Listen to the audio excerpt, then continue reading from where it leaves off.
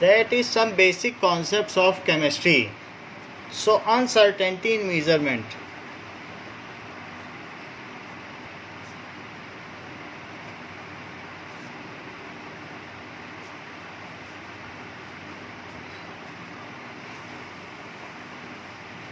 So during any measurement,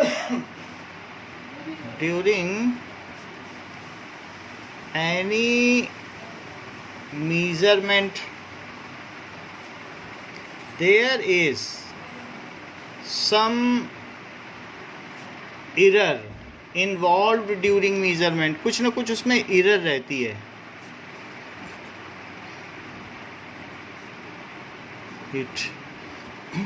It may be due to least count error. Least count की वजह से भी रहती है, या कभी कभी अगर आप अपनी एक आंख बंद करें और किसी चीज़ को देखें और दूसरी आंख बंद करें और किसी चीज़ को देखें, यानी आपने अपना ऑब्जर्वेटरी पॉइंट शिफ्ट कर दिया है. When you see from one eye then your observatory point is that eye. When you see from other eye then your observatory point is other eye. So when you shift your observatory point then the position of objects appear to be get shifted. ऐसा आप जानती हैं कि नहीं? अगर आप अपने आँख के सामने एक पेन रखो और एक आँख से देखो फिर दूसरी आँख से देखो, तो with respect to background its position appear to be shifted. आप ऐसा करके देखो, आँख के सामने एक पेन रखिए या उंगली रखिए और एक आँख बंद करो और दूसरी करो, तो ऐसा लगता है कि शिफ्ट हो गई है.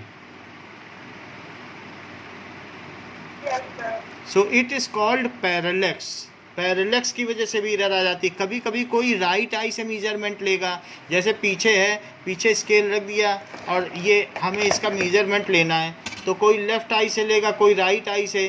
तो जो लेफ़्ट आई से लेगा उसको इधर दिखेगा, राइट आई वाला इधर देखेगा. तो इसकी वजह से इसको कहते हैं parallax. So it may be the error may be due to parallax, due to least count, या फिर ड्यू टू पैरेलैक्स. पैरेलैक्स का मतलब क्या है कि when position of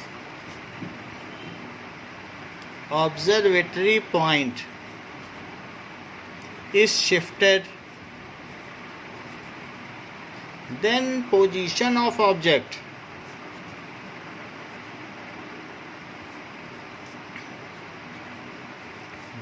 appear to get shifted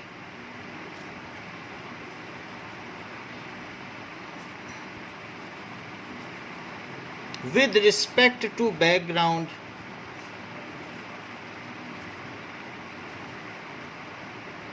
तो ऐसा होता है कि बैकग्राउंड के रिस्पेक्ट में उसकी पोजीशन शिफ्ट हो जाती है. So this is called parallax.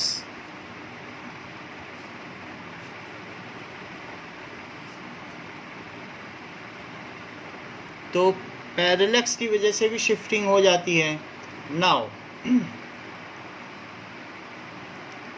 इसके अलावा भी कई रीजंस हो सकते हैं.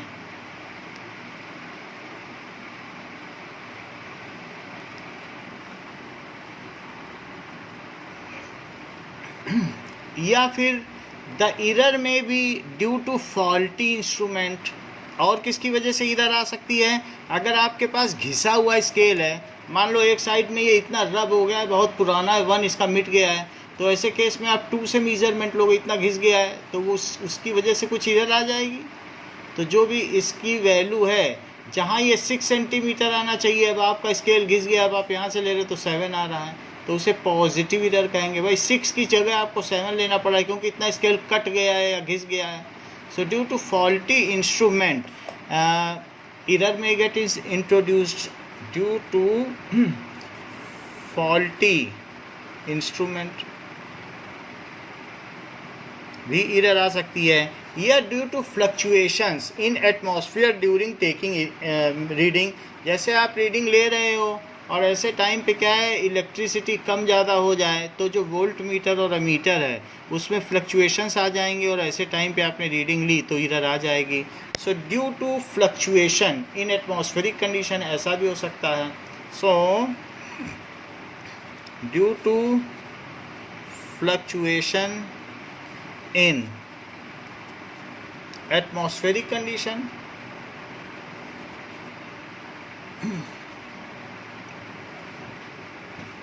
or due to wrong technique of taking measurement। जैसे अगर आपको बॉडी का टेम्परेचर लेना है तो हम माउथ में टंग पे रख के भी थर्मामीटर ले सकते हैं, या फिर आर्म पिट पे रख कर भी थर्मामीटर से ले सकते हैं, लेकिन वो हमारी बॉडी का टेम्परेचर नहीं बताता, क्योंकि आर्म पिट हमेशा ज़्यादा गर्म रहता है हमारी बॉडी के टेम्परेचर से।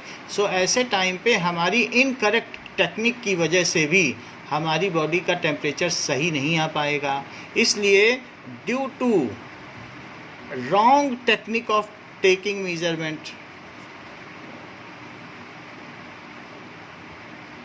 of taking measurement, कुछ डिजिटल थर्मामीटर आते हैं, और कभी कभी थर्मामीटर आपने निकाला वाटर से और बड़े ध्यान से उसको 2 मिनट देख रहे हैं, 3 मिनट दिखाई ही नहीं पड़ रहा उसमें मरकरी कहाँ है, तो उतनी देर में तो मरकरी गिर जाएगा। सो ऐसे केस में भी आप गलत रीडिंग ले लेंगे। So in this case also we are not using the appropriate technique of measuring the temperature, या कोई भी और मेजरमेंट लेना है। So this all gives a gross uncertainty in measurement. इनकी वजह से क्या होता है, due to these all there is uncertainty in measurement. All reasons there is uncertainty in measurement। ये चीज़ हो जाती है। अब देखो, now however there is uncertainty up to some decimal place is admissible। यह डेसिमल प्लेस पर भी हो सकता है, या हो सकता है कि some eight unit place 10th place पर भी हो सकता है। 5000 किलो अगर आप गेहूं लेने गई, 1 किलो ज़्यादा हो जाए कम हो जाए, क्या होता है, कुछ फ़र्क पड़ता है क्या? तो इस तरीके से कभी कभी यूनिट प्लेस पर भी हो सकता है। तो some error is admissible in every measurement, क्योंकि हम किसी डिजिट तक कंसर्न रहते हैं। किलो गेहूँ लेने जा रही हो तो मिलीग्राम तो देखोगी नहीं। तो इस तरीके से however we need precision up to certain extent only। we need precision कि मतलब बिल्कुल ठीक ठीक हो, up to certain extent of measurement only।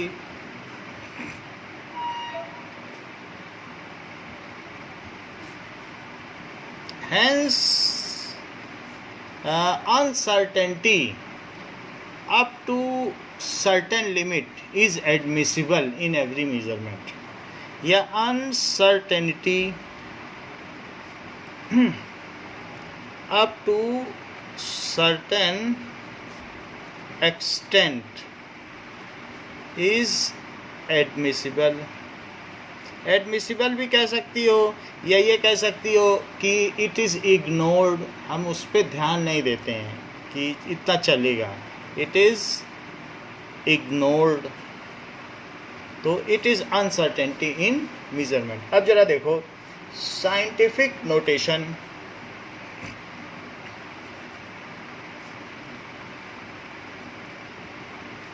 मान लीजिए इन 1 मोल नंबर ऑफ एंटिटीज प्रेजेंट,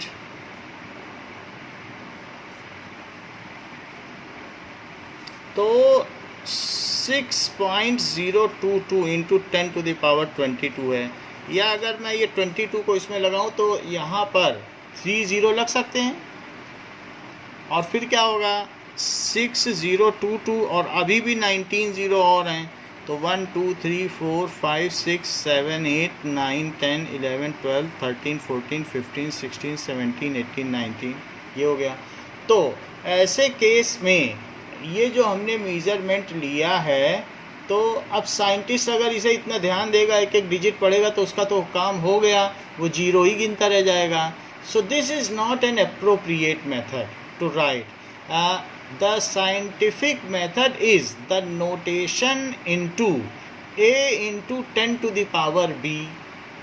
ये इस तरीके से है, a इंटू 10⁻⁵ ये एक प्रिफर्ड नोटेशन है जहाँ पर a की वैल्यू 1 से ज़्यादा होनी चाहिए और 10 से कम होनी चाहिए। तो इस तरीके से हम इसे लिखें, 1 भी हो सकती है, अगर किसी केस में 1 हुआ तो 1 लिख दो, और अदरवाइज 10 से तो कम होनी चाहिए, यहाँ 10 कभी नहीं आना चाहिए। So this value should always be 10, अगर 10 है तो फिर 1 लिखना पड़ेगा। तो इसलिए ये वैल्यू 1 से 10 के बीच आनी चाहिए। और b क्या होना चाहिए, b इज़ इंटीजर। अगर आप किसी चीज़ को ऐसा लिखें then it is called a scientific notation.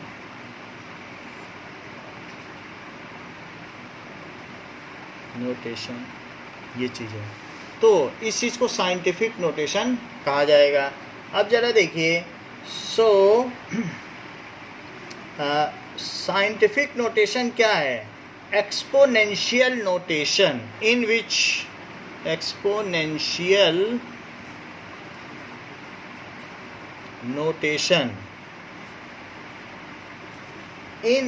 any number can be represented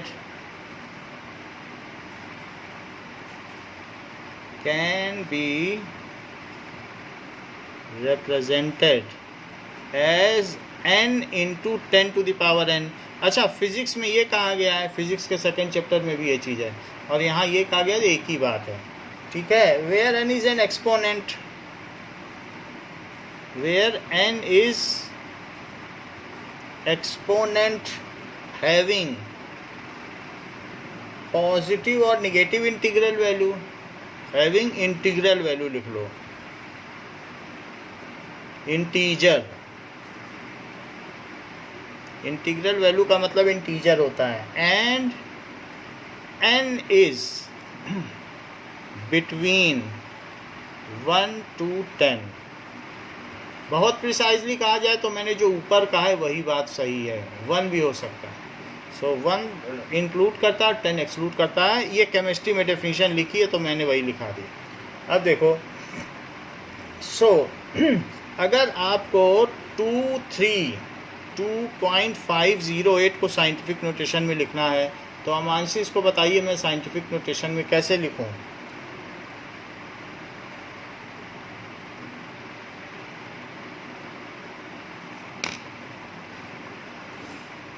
Am I audible? Yes, sir. बताओ इसको कैसे लिखें? 2.02508 into 10⁻,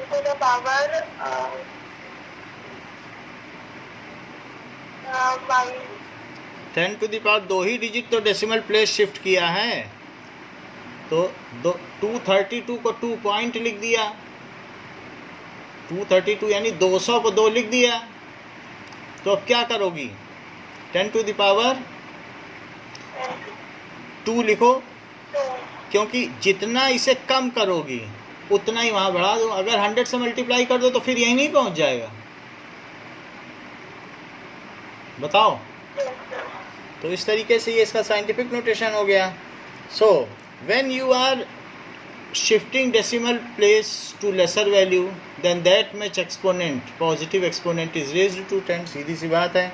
अब देखो, एक और भी वैल्यू बुक में दी गई है 0.00016, इसको साइंटिफिक नोटेशन में करो।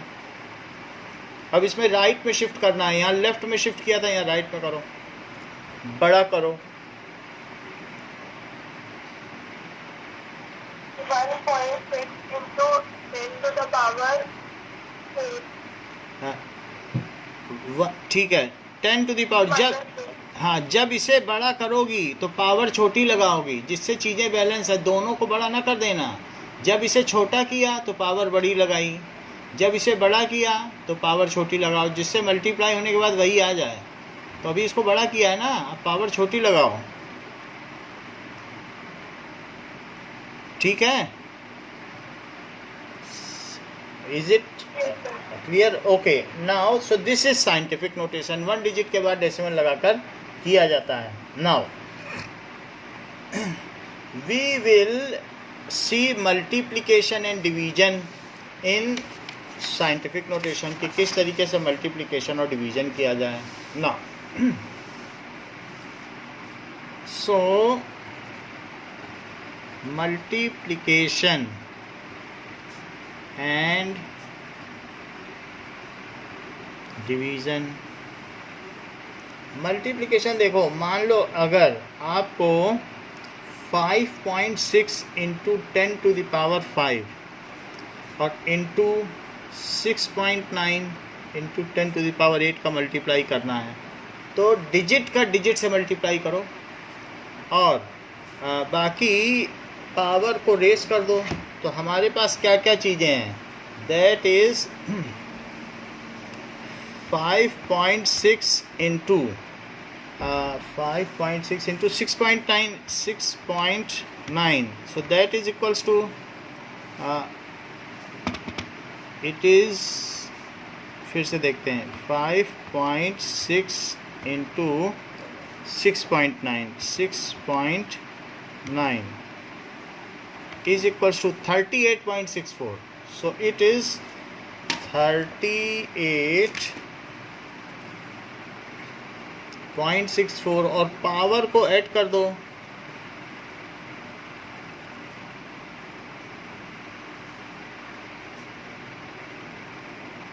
तो 10 टू द पावर 13 हुआ। अब इसे साइंटिफिक नोटेशन में बदलो,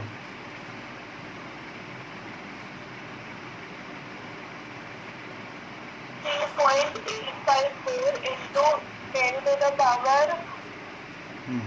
13. 10 टू द पावर कितना बताया? 13. हाँ क्योंकि इसको छोटा किया तो इसको बड़ा किया। So this is the way to convert it into scientific notation. Now next is again there is one more question, 9.8 into 10 to the power -2 into 2.5 into 10 to the power -6, इन दोनों को मल्टीप्लाई करने को कहा गया है। So 9.8 into 10 to the power -2, 9 into 2.5, तो ये क्या आ गया? इट इज़ 24.5, सो 24.5 आ गया। और पावर पे क्या लगा दोगे? -2 और plus -6, so it is 24.5 into 10 to the power -8। अब क्या करोगी?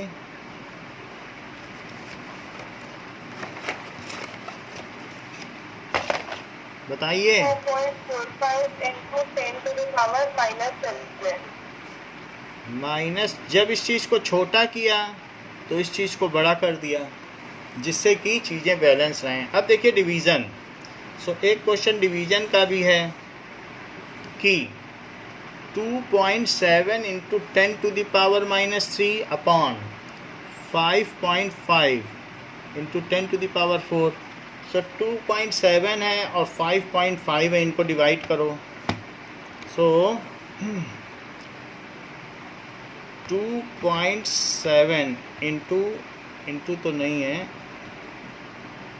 2.7 डिवाइडेड बाई 5.5, तो ये क्या आ गया? 0.49 आ गया। तो 0.49, और नीचे से पावर ऊपर जाती है तो क्या होता है? निगेटिव बन जाती है। अच्छा, अब इसको 0.49 इंटू 10 टू द पावर -7, अब क्या किया जाए?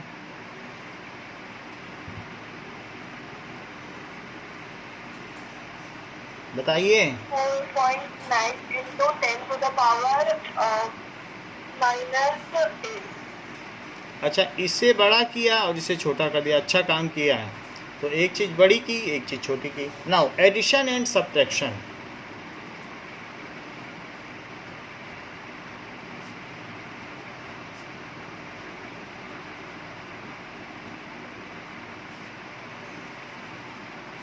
सो अब ज़रा देखिए, मान लीजिए आपके पास 2.5 इंटू 10 टू द पावर 2 है और उसमें 4.8 इंटू 10⁻³ इसको जोड़ना है, तो आप क्या करेंगी? तो ऐसा करने के लिए पावर सेम करनी पड़ेगी। तो पावर सेम करने के लिए 10⁻² और इसको क्या कर दो 10 इसमें से निकाल लो और इसमें मल्टीप्लाई कर दो। तो 48 इंटू 10⁻² हो गया और 10⁻² बाहर ले लो तो 2.5 प्लस 48, सो दिस इज 10⁻² और ये हो जाएगा 50.5। तो 50.5 इंटू 10⁻²। तो आगे क्या लिख दें? 5.05 इंटू 10⁻³ तो इस तरीके से किया जा सकता है। सो आपको एक्सपोनेंट सेम करना है, फिर एक्सपोनेंट बाहर निकाल लेना है। ऐसा ही क्वेश्चन एक बुक में दिया गया है, that is 6.65 into 10⁻⁴ plus 8.95 into 10⁻³ ये चीज़ है। तो अब कुछ लोग ये करते हैं कि ये तो सही है, मान लो इसमें 10 डालेंगे तो इसका साइंटिफिक नोटेशन बिगड़ जाएगा, इसको ऐसे ही रहने देते हैं। इसके केस के लिए वो क्या करते हैं, इस चीज़ को छोटा बना देते हैं और इस चीज़ को बड़ा बना देते हैं। तो ये ज़रा देखो कैसे किया मैंने। 6.65 इंटू 10⁻⁴ और इसे छोटा करो 895 और इसे बड़ा कर दो। ऐसा करने पर फिर लास्ट में साइंटिफिक नोटेशन लगाने की ज़रूरत नहीं पड़ती और ये साइंटिफिक नोटेशन में बना रहता है। तो क्योंकि आपने 10⁻⁴ कॉमन ले लिया और 6.65 और प्लस 0.895 तो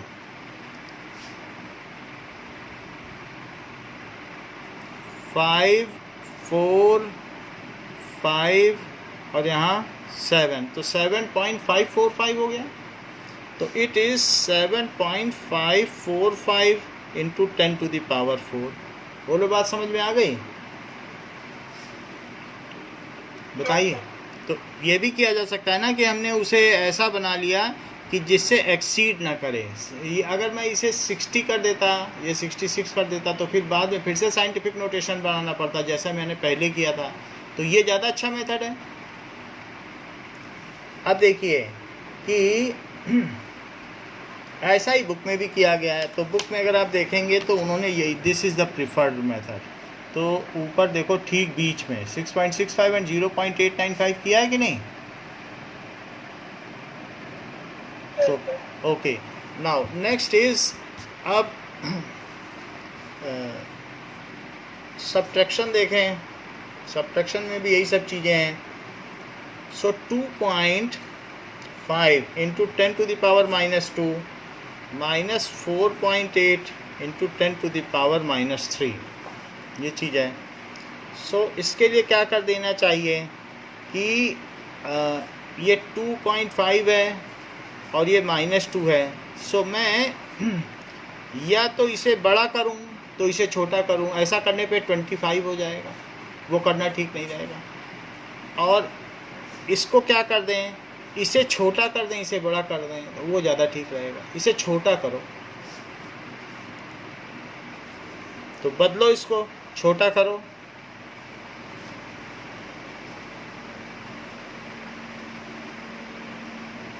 बताइए। Make it smaller by shifting decimal. 0.4 और इसे जब इसे छोटा किया तो इसे बड़ा करो। इंटू 10⁻⁻²। -2 हो जाएगा। क्यों भाई, बड़ा का मतलब क्या होता है? 10 से मल्टीप्लाई। और कैसे बड़ा किया जा सकता है? 10 से डिवीजन करके बड़ा करोगे कि मल्टीप्लाई करके? तो मल्टीप्लाई कर दिया, इधर 10 से डिवाइड किया, देख लो डिवाइड है, और इधर 10 से क्या किया? मल्टीप्लाई। बोलो बात समझ में आ गई? अब देखो 10⁻⁻² कॉमन ले लो तो 48 आ गया। अब 2.5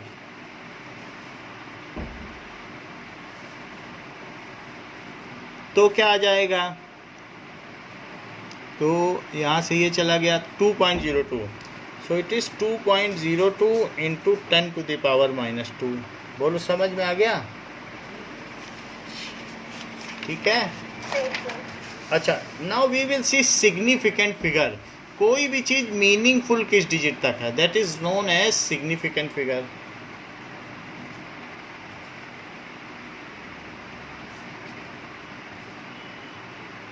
मान लीजिए कि आपने किसी चीज़ का मेज़रमेंट लिया, तो 12.4 सेंटीमीटर किसी पेंसिल का मेज़रमेंट है, तो ये जो 4 है इसमें एक अनसर्टेनिटी इन्वॉल्व है। कितने की? 1 मिलीमीटर की या 0.1 सेंटीमीटर की। और जबकि बाकी डिजिट इसके सर्टेन है, लेकिन लास्ट डिजिट अनसर्टेन है। हमने आपको बता दिया था कि कैसे अनसर्टेन है। तो इट इज़ अनसर्टेन। किसी ने हो सकता है कि 0.3 से थोड़ा से आगे निकला हो, 4 ले लिया हो, और हो सकता है 0.49 तक पहुंचा हो तो भी 4 ले लिया हो। तो इसमें अनसर्टेनिटी है। ये 12.3 से 12.5 तक जा सकता है। So all digits which are certain with first uncertain digit, ये फर्स्ट अनसर्टेन डिजिट है,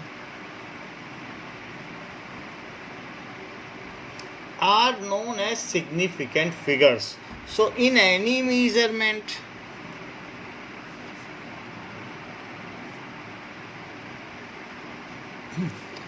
all digits which are certain with first uncertain digit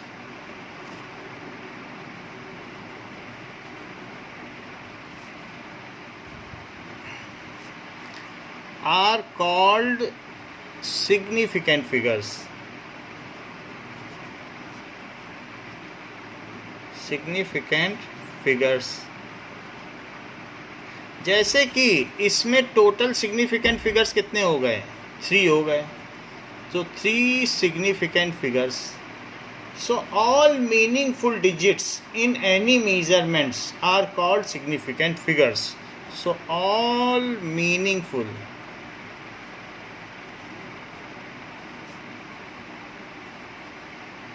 in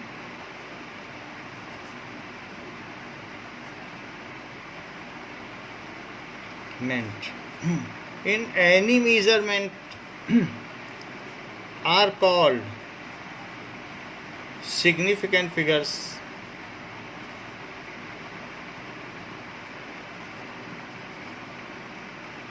जैसे कि आप ये देखो कि किसी ने आवागाड्रो नंबर को लिखा तो 6.022, तो हमने इसको ऐसे भी लिखा था थोड़ी देर पहले।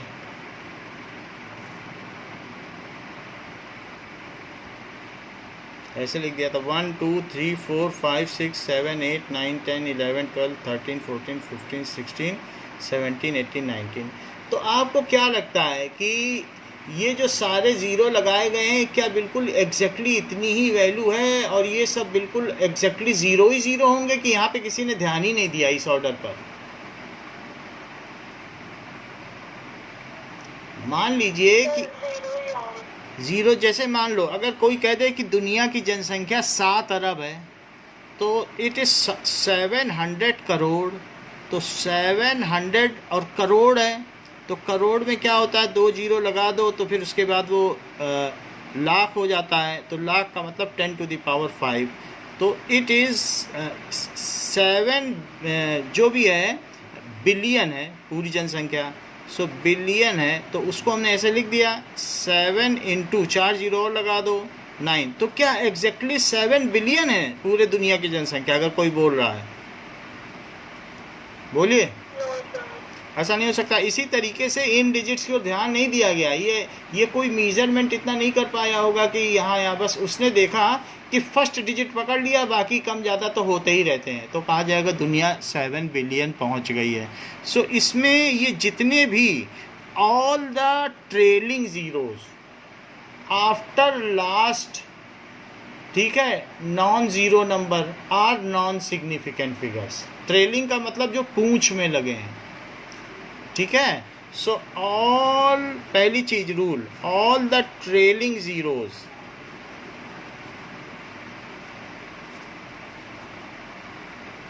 After last non zero number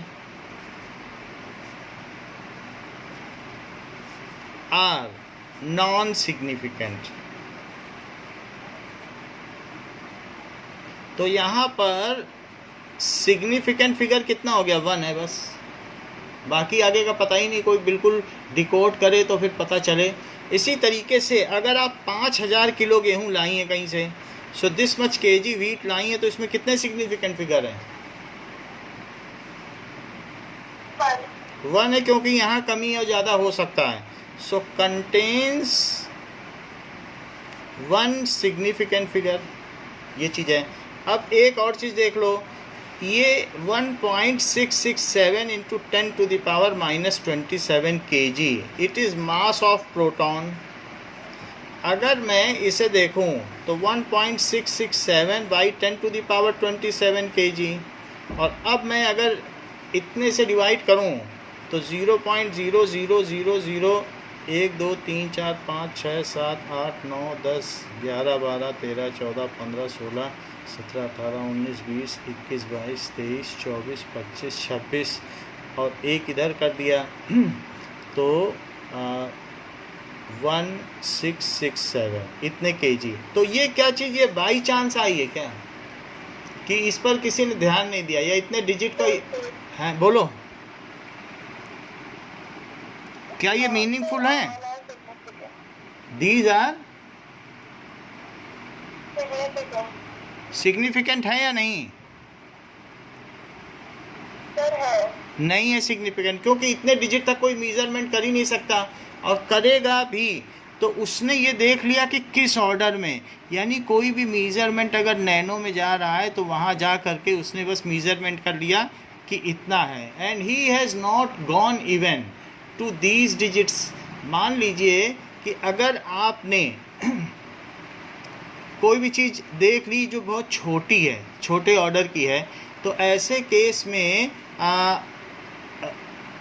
आपका जो शुरू का नंबर है दैट इज़ नॉट सिग्निफिकेंट। आपने अगर किसी चीज़ का वजन नाप लिया 1 milligram, you have measured it 1 milligram, तो 1 मिलीग्राम लिखो। 1 मिलीग्राम को कितने ग्राम लिखा जा सकता है बताइए? 10⁻³ ग्राम। 1 मिलीग्राम समझ में आ गई बात कि नहीं? आपने मिलीग्राम वाले वजन से नापा है, तो 1 मिलीग्राम को पहले बात अगर आपने नापा होगा तो उसमें ±1 मिलीग्राम का और एरर भी होगी। 1 सेकंड को या 10 सेकंड है, 10 सेकंड को आप नापोगी तो क्या होगा? ±1, वो 9 से 11 जाएगा कि नहीं भाई? टिक टिक टिक टिक घड़ी चल रही है और आपने 10 सेकंड नाप लिया, उसका लीस्ट काउंट कितना है घड़ी का? टिक टिक टिक टिक का 1 सेकंड है, तो उससे आपने स्टॉप वॉच से 10 सेकंड मेजर कर लिया, तो उसमें कितने का प्लस माइनस होगा?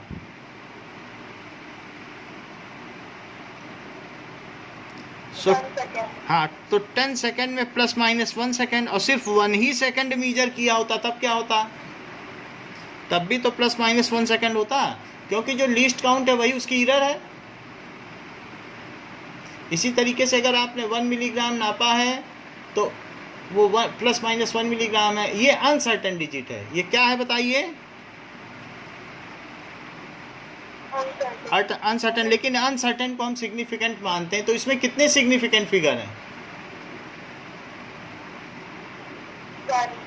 तो 1 सिग्निफिकेंट फिगर है। अच्छा, अब मैंने इसको ये बदल दिया तो 0.001 ग्राम हो गया। तो नंबर ऑफ सिग्निफिकेंट फिगर बदलते नहीं हैं, आप चाहे एक वर्जन से दूसरे वर्जन में उसे ट्रांसफ़र कर दो, तो क्या यहाँ ये बोलोगे कि अब 3 सिग्निफिकेंट फिगर हो गए, अब ये ज़्यादा एक्यूरेट हो गया है? So when you convert from one system to other, total number of significant figures remain same, क्योंकि उतने डिजिट तक ही आपने मेजरमेंट किया है, उतने डिजिट तक ही आपका प्रिसीजन है। यहाँ कितने सिग्निफिकेंट फिगर हैं?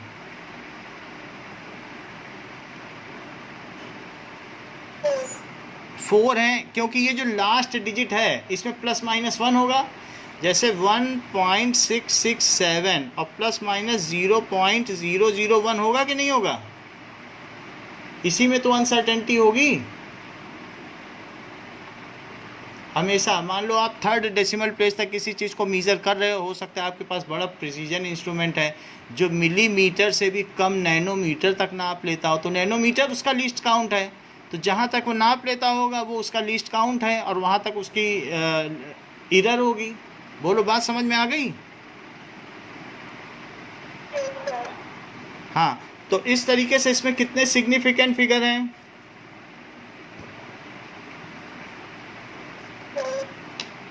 बोलिए, 3 की 4? 4 हैं। और इसमें सर्टेन डिजिट्स कितने हैं? हाँ, 3 सर्टेन और 1 सर्टेन, तो 4 सिग्निफिकेंट फिगर हैं। And it is now has been converted into some other version prefix और सफिक्स लगा के। तो क्या सिग्निफिकेंट फिगर बदल जाएंगे?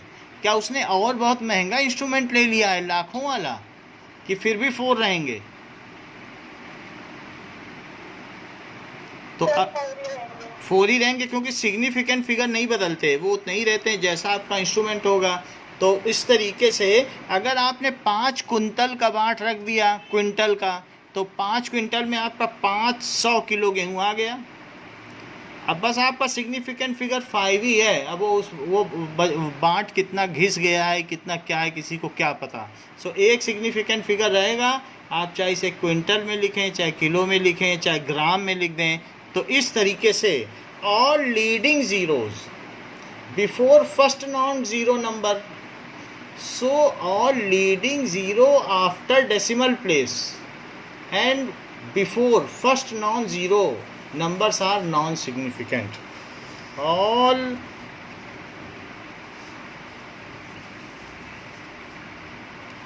and after decimal and before first non-zero number, first non-zero number,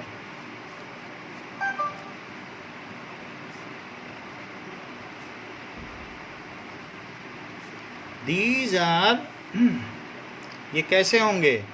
non significant. तो अगर कोई 0.001 kg लेता है तो इसमें कितने सिग्निफिकेंट फिगर हैं?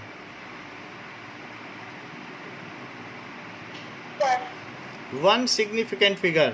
और 0.000129 लेता है तब कितने सिग्निफिकेंट फिगर हैं? 3 सिग्निफिकेंट फिगर। अच्छा, एक चीज़ और देखो, तीसरी चीज़ 2.309, how many significant figures are there?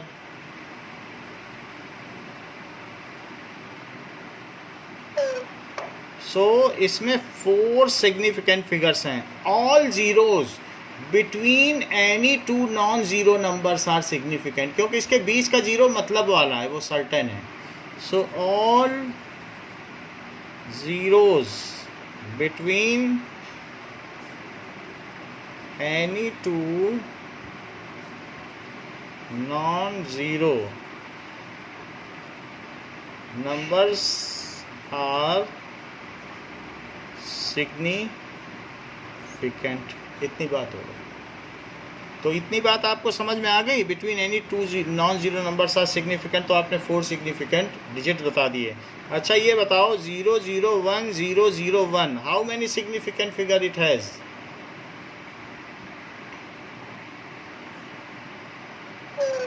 बोलो।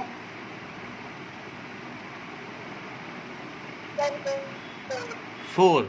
So this contains 4 significant figure.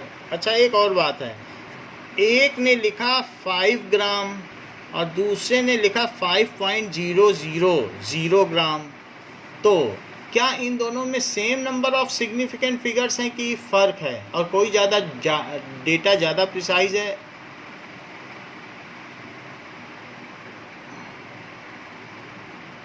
अच्छा ये तो ख़त्म हो गया, आपका फ़ोन ले लें।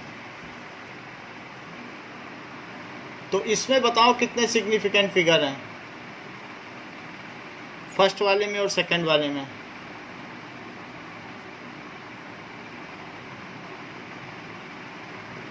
या कौन डेटा ज़्यादा प्रिसाइज है? Which data is more precise and which has more significant figures? Second data. Second data more precise. Second में कितने सिग्निफिकेंट फिगर हैं? हाँ, क्योंकि ये मीनिंगफुल है, ऐसे फालतू में डेसिमल नहीं लगाए गए, वरना है तो 5 ही। उसने ये बता दिया कि मैंने 3 डिजिट तक मीज़रमेंट लिया है और 3 डिजिट तक मैं आपको एक्यूरेट दे रहा हूँ। यानी अब अगर अनसर्टेनिटी होगी तो यहाँ पर होगी मिलीग्राम लेवल पर, और ये कह रहा है 5 है तो ये 3 भी 4 भी हो सकता है, 6 भी हो सकता है। 6 तो देने से रहा, वो 4 ग्राम ही सोना देगा आपको। तो इस तरीके से all zeros after decimal and after last non zero number, last non zero number के बाद एंड आफ्टर डेसिमल के बाद जितने भी ज़ीरोज़ हैं, these are significants. So all zeros after decimal and after जो भी है last non zero number, non zero number are significant, वो सिग्निफिकेंट होते हैं। तो इस वाले डेटा में जो सिग्निफिकेंट फिगर है वो 4 हैं, जबकि इस वाले डेटा में सिग्निफिकेंट फिगर 1 है। दोनों ही 5 ग्राम हैं, but it is more accurate and there is less cheating is involve, so it is a fair deal, तो इट इज़ सिग्निफिकेंट। अगर मान लो हमारे पास कोई एक ऐसा नंबर आ जाए 0.00122020, so how many significant figure does it have? 5। हाँ, सो 5 सिग्निफिकेंट फिगर इसमें होंगे, क्योंकि लास्ट इस तरीके से। कई बार क्या होता है कि कुछ लोग ऐसी भी डील करते हैं, कहते हैं मैं आपको 5000 किलो गेहूँ दे रहा हूँ और डेसिमल यहाँ लगा देते हैं। इसका मतलब अगर ऐसे लगा दें, so in this case all zeros preceding to decimal and after last non zero number are also significant. क्योंकि उसने क्या कर दिया कि डेसिमल लगा दिया, बोला मैं 5000 किलो बिल्कुल ठीक दे रहा हूँ, आखिरी डिजिट में ही 1 किलो का अंतर पड़े तो पड़े, क्योंकि लास्ट डिजिट तो हमेशा अनसर्टेन ही रहता है। तो ये तो अनसर्टेन हो गया, 1 किलो ही बोल रहा है, कम ज़्यादा हो सकता है, इससे ज़्यादा नहीं। सो ये अनसर्टेन है, हमेशा ऐसा होता ही है। और ये कैसे हो गए? Certain. So all zeros preceding to decimal and after last non-zero digit are significant। तो ऐसे केस में कितने सिग्निफिकेंट फिगर हो गए? 4। So it contains 4 significant figure. Any counting numbers are having infinite number of significant figures. जैसे कोई counting number है, सो 2 pencil खरीद के लाई हो, तो क्या आपको डाउट है कि 2.01 लेके आ गई हो, या 2 अंडे लेके आई हो बाहर से, तो क्या 2x जो है वो कभी 2.02x भी हो सकते हैं क्या? नहीं सर। हाँ, सो ऑल काउंटिंग नंबर्स जिनको काउंट किया जा सकता है, ठीक है, सो उनमें numbers of objects are having infinite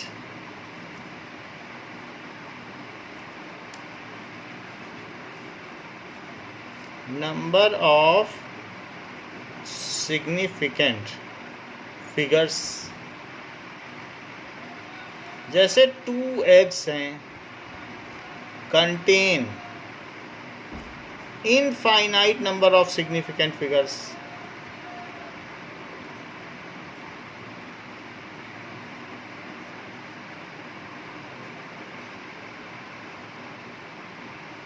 इतनी बात हो गई। सो इसमें infinite number of significant figures होंगे। आगे देखते हैं। 11:15 तक तो आपकी ये वाली क्लास होगी, फिर 15 मिनट का हम आपको ब्रेक देंगे, फिर 1.25 घंटे की दूसरी क्लास होगी। ठीक है। 2x contain infinite number of significant figures, but you can use the desired number of significant figure। जितने आपको चाहिए उतने आप यूज़ कर सकती हैं। तो होते इनफाइनाइट हैं, लेकिन जितने मर्जी उतने यूज़ करो। अब देखो, these are all about significant figures। तो अब मैं significant figures पर कुछ क्वेश्चन आपसे पूछ लूँ, जिससे कि आपको चीज़ें पता चल जाएं। बुक है आपके पास? बुक है तो पेज नंबर 23 खोलो।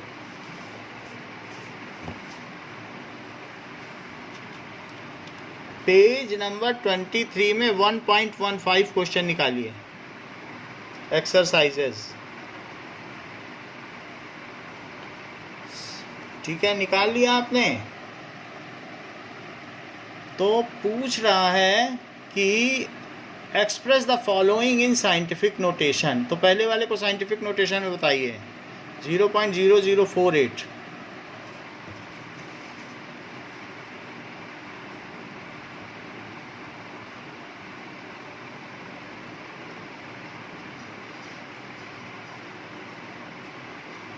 बताइए। ये तो 1.18 है ना? कितना बोला?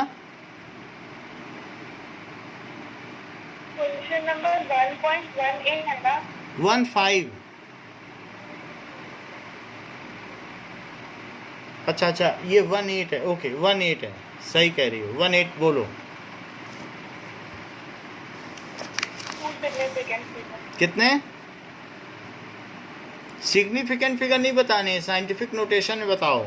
a × 10⁻⁵ b। 4.8 into 10 to the power -3।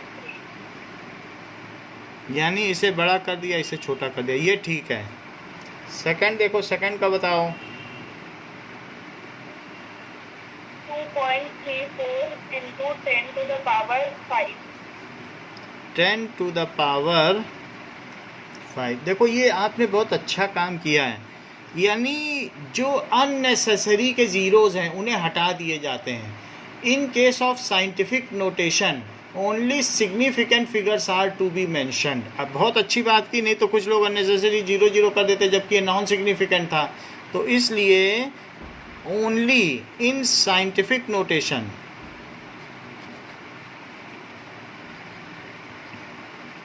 Only, और पहले में भी आपने अननेसेसरी के 0 हटा दिए जो सिग्निफिकेंट नहीं थे।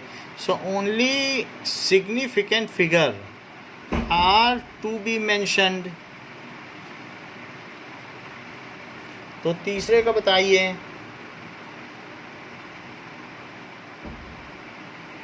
8.008 into 10 to the power -3। 10 to the power 3। हाँ, ये सही है। अब देखो,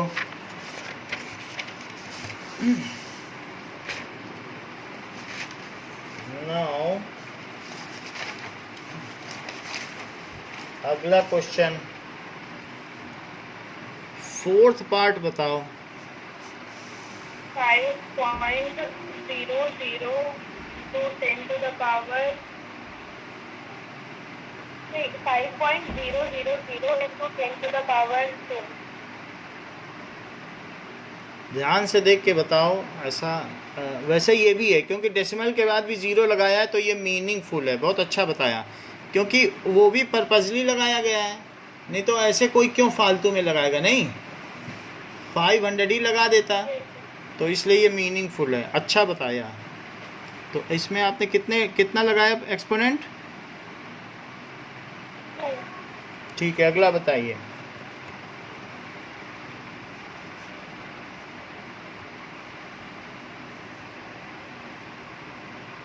6.0012 into 10 to the power 0. ये ठीक है। अब देखो, वैसे वो कहता है आइदर पॉजिटिव और निगेटिव, ज़ीरो नहीं लगाना है। वो कहता है कि ज़ीरो नहीं लगाना है, क्योंकि जब आप साइंटिफिक नोटेशन की डेफिनेशन पढ़ेंगी तो कहता है या तो प्लस लगाओ या माइनस, इसलिए it is already in scientific notation. क्या लिख दो? इज़ ऑलरेडी इन, क्योंकि वो फिर बॉदर करेगा।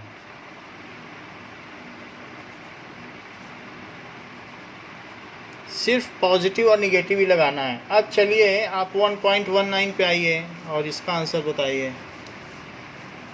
इसमें भी कह रहा है how many significant figures are there. पहले वाले में बताओ। 2. सेकंड में बताइए। 3. नेक्स्ट। 4. कितना बताया? 4। Okay okay. 5005 4 significant figure. Fourth का बताइए। 3. नेक्स्ट। 4.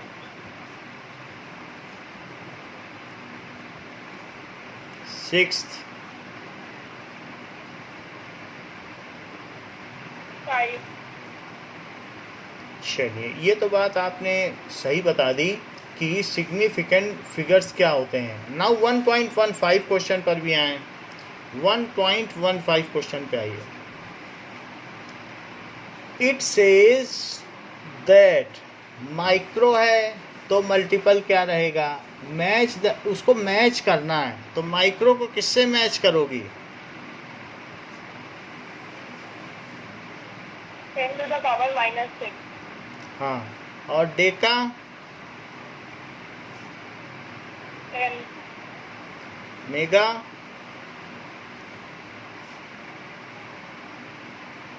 10 to the power 6. गीजा? 10 to the power 9. Okay. Now femto? -15. -15। ये चीज़ हो गई। Now we will see the rounding off procedure. तो अब हम देखेंगे कि राउंडिंग ऑफ प्रोसीजर क्या होता है।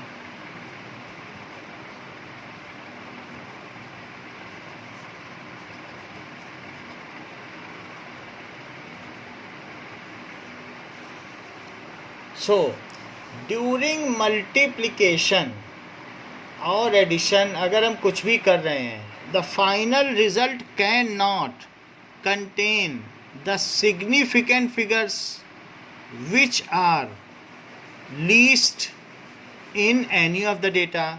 जैसे कि अगर हम किन्हीं चीज़ों को ऐड कर रहे हैं या किन्हीं चीज़ों को सब्ट्रैक्ट कर रहे हैं, तो ऐसे केस में राउंडिंग ऑफ प्रोसीजर, जैसे ड्यूरिंग एडिशन एंड सब्ट्रैक्शन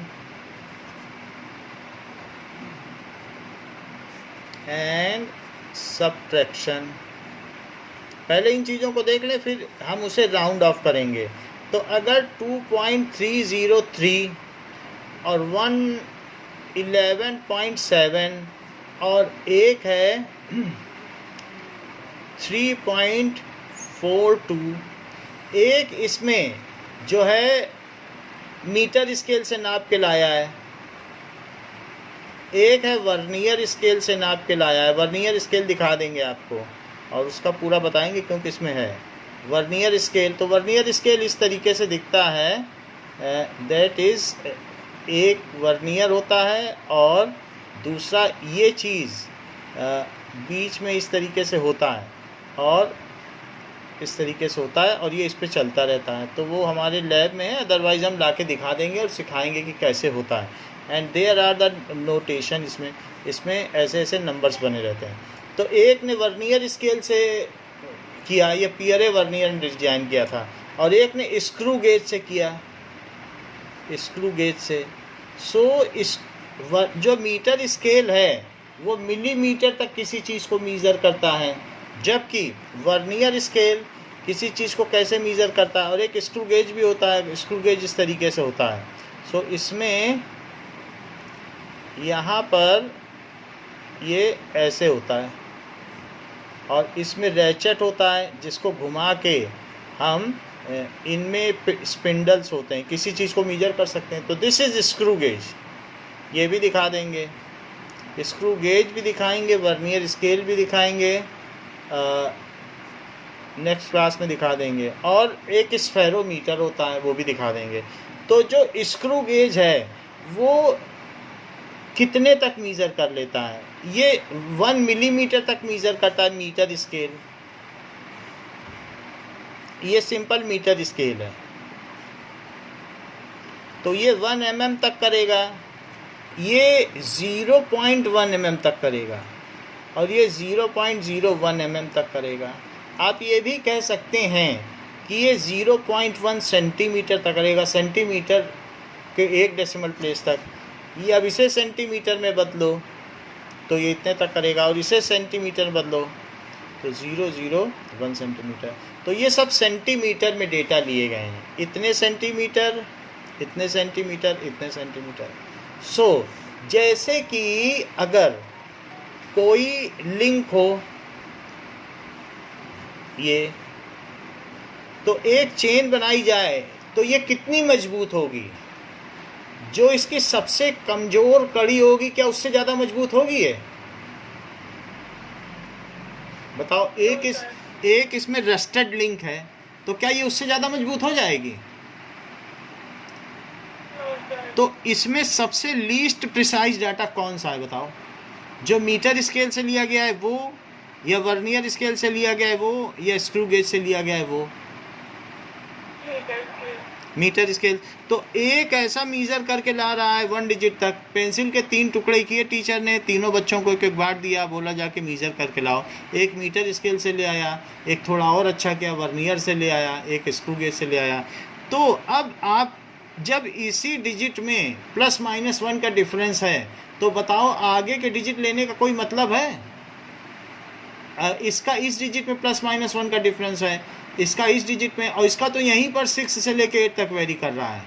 सो इसलिए during addition the number of significant figures are to be taken only up to that much place which is least in any of the data.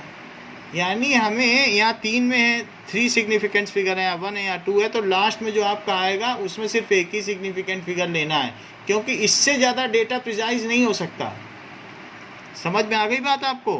तो इसलिए 3, 2, 7 + 4, 11 + 3 4, decimal लगाओ, 7 4 11, 11 3 14। अब इधर देखो 1 आ गया, 3 3 6 और 7 और 1। सो ड्यूरिंग एडिशन, एडिशन में क्या होगा? ठीक है, so during addition the result can not have more digits to right of the decimal point. The result can not have decimal points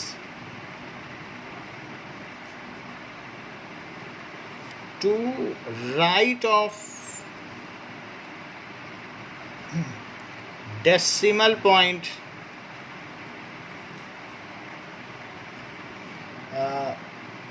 ठीक है, then either of original number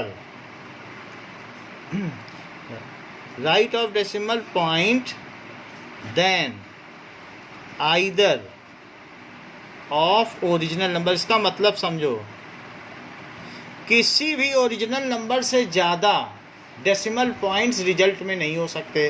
वैसे मैंने 3 तक निकाला, लेकिन ये तो इससे ज़्यादा है।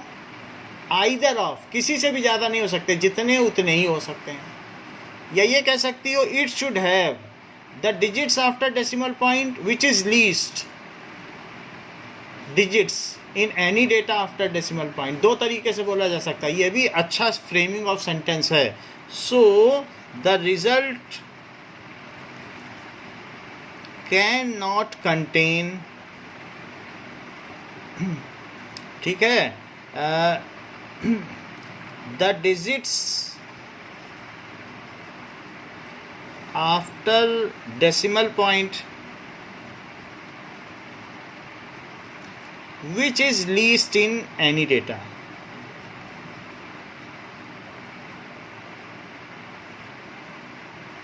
After decimal point. ये बात किसके लिए कही गई है? ड्यूरिंग एडिशन, जोड़ने के लिए कही गई है, ड्यूरिंग एडिशन। तो अब हमें इसे राउंड ऑफ कर देना चाहिए, क्योंकि हमारा रिजल्ट यहाँ पर 1 डेसिमल पॉइंट तक सिग्निफिकेंट फिगर इधर नहीं देखना, इधर कितने हैं, डेसिमल पॉइंट के बाद ही देखना है। तो 1 है, तो इसलिए इसे 1 तक जाना चाहिए। तो now we will round off it. अगर during rounding off, so the result is to be rounded off. तो 17.432 आया है। सो the result is to be rounded off up to first decimal places, 17.423. Hence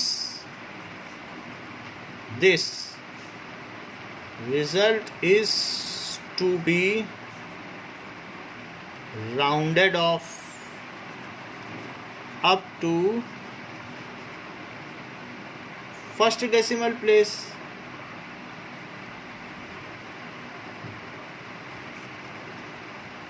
तो कैसे राउंडिंग ऑफ करें? मान लीजिए कभी अगर आपसे कोई कहे 13.9 को राउंड ऑफ कर दो, या 13.98 को कर दो, या 13.88 को, तो जब डिजिट ड्रॉप किया जाता है, so during dropping of digit it is, if it is more than 5, then while dropping of the previous digit is increased by 1, और उसे ड्रॉप कर दें।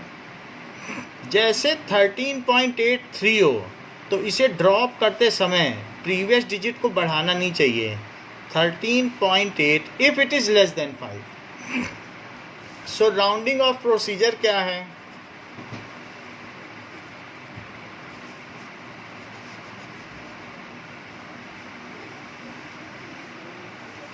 That is during dropping of digit,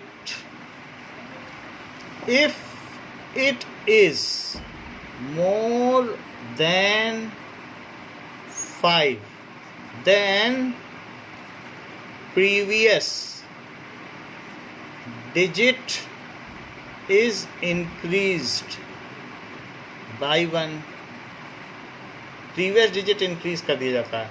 जैसे 13.88 की rounding off की जाएगी, यानी approximate किया जाएगा, तो ये 13.9 बन जाएगा, क्योंकि जिसे ड्रॉप किया है वो 5 से ज़्यादा है। ये पहला रूल है। सो ड्यूरिंग राउंडिंग ऑफ, तो वो राउंड ऑफ कर रहे हैं, rounding of a digit if it is less than 5, then it is simply dropped।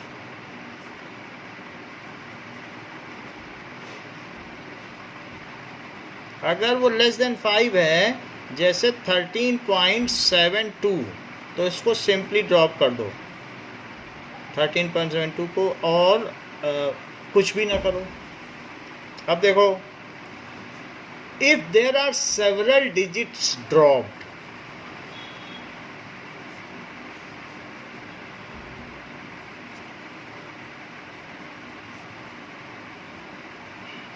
then only the first digit which is nearer to last significant digit, last significant figure digit is taken into account,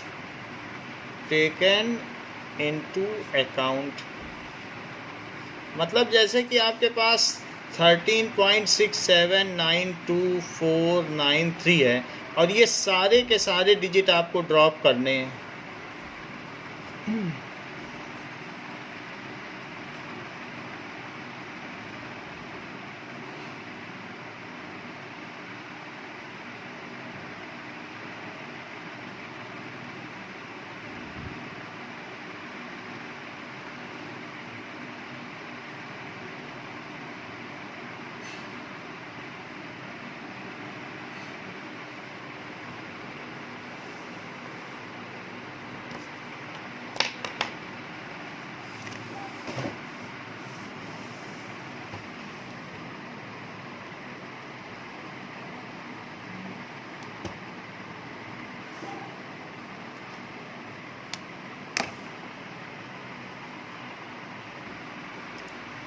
so in this case ये नहीं कि हम इससे इसको round of करें, इससे इसको करें, इससे इसको करें, जो भी हमारा जो भी फर्स्ट राउंडिंग ऑफ डिजिट है सिर्फ उसको कंसीडर किया जाएगा। And as it is greater than 5 so the previous digit is increased by 1, so it will be, ये अगर हम इसे करेंगे सो 13.68 हो जाएगा। So it is increased by 1. We should not take into account all other digits while rounding off. Only the first digit is to be rounded off. उसी को हम rounding off करेंगे. Now the fourth point is, if the digit to be rounded off is 5, then if its previous digit is odd number, then it is increased by 1 during dropping 5। जैसे कि मान लो 13.35 है और 5 को ड्रॉप करना है, तो प्रीवियस डिजिट को 1 बढ़ा दो, सो दैट इज़ 13.4 लिख दिया जाएगा। अगर प्रीवियस डिजिट ऑड है तो 1 बढ़ा दो, जैसे 7.95 है और इसे ड्रॉप करना है तो इसे 1 बढ़ा दो 5 को ड्रॉप करते समय, दैट इज़ 8.0, 1 बढ़ा दिया, तो इसे 1 बढ़ाएंगे तो यहाँ बढ़ जाएगा। If previous digit is odd, then odd तो हो ही गया, so if previous digit is even, अगर ये इवन है